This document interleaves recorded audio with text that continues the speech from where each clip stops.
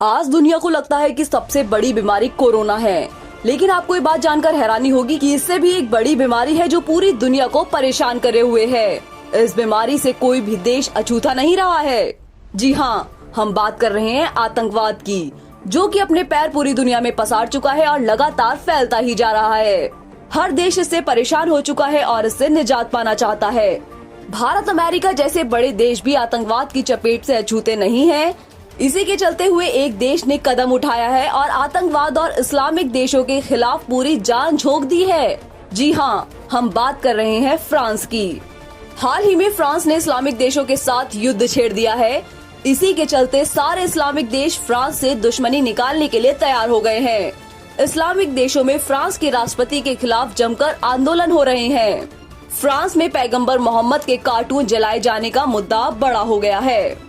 दुनिया भर के इस्लामिक देश अब फ्रांस के खिलाफ खड़े हो गए हैं। ईरान के supreme leader Ali Hussain Khamenei ने इस मामले की कड़ी निंदा की है। ईरान ने फ्रांस की अभिव्यक्ति की स्वतंत्रता पर भी सवाल खड़े किए हैं। उन्होंने फ्रांस द्वारा अभिव्यक्ति की स्वतंत्रता की दलील को भी सिरे से खारिज कर दिया है। खामनेई ने अपने संबोधन में उस मैगजीन को भद्दा करार दिया है जिसमें पैगंबर मोहम्मद का कार्टून छापा गया था। खामनेई ने अपने इंटरव्यू में कहा, ये केवल फ्रांस की कला का भी पतन नहीं है, बल्कि वहाँ की सरकार भी इस गलत काम का समर्थन कर रही है। फ्रांस के राष्ट्रपति इमैनुअल मैक्रो ही पैगंबर के कार्टून छापने का समर्थन कर रहे हैं।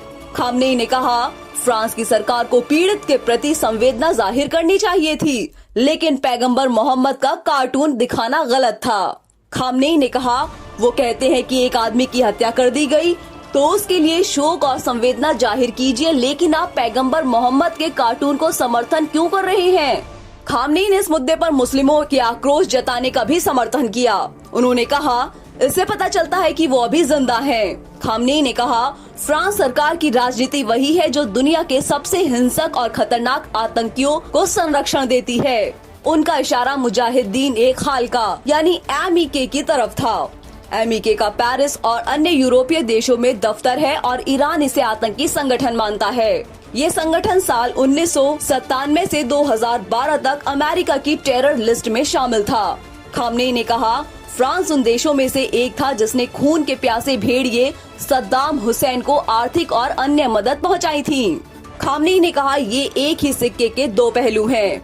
सांस्कृतिक गुलामी का समर्थन करना और कैरिकेचर बनाने की आपराधिक गतिविधि का समर्थन करना MEK और सद्दाम हुसैन को संरक्षण देने का ही दूसरा पहलू है।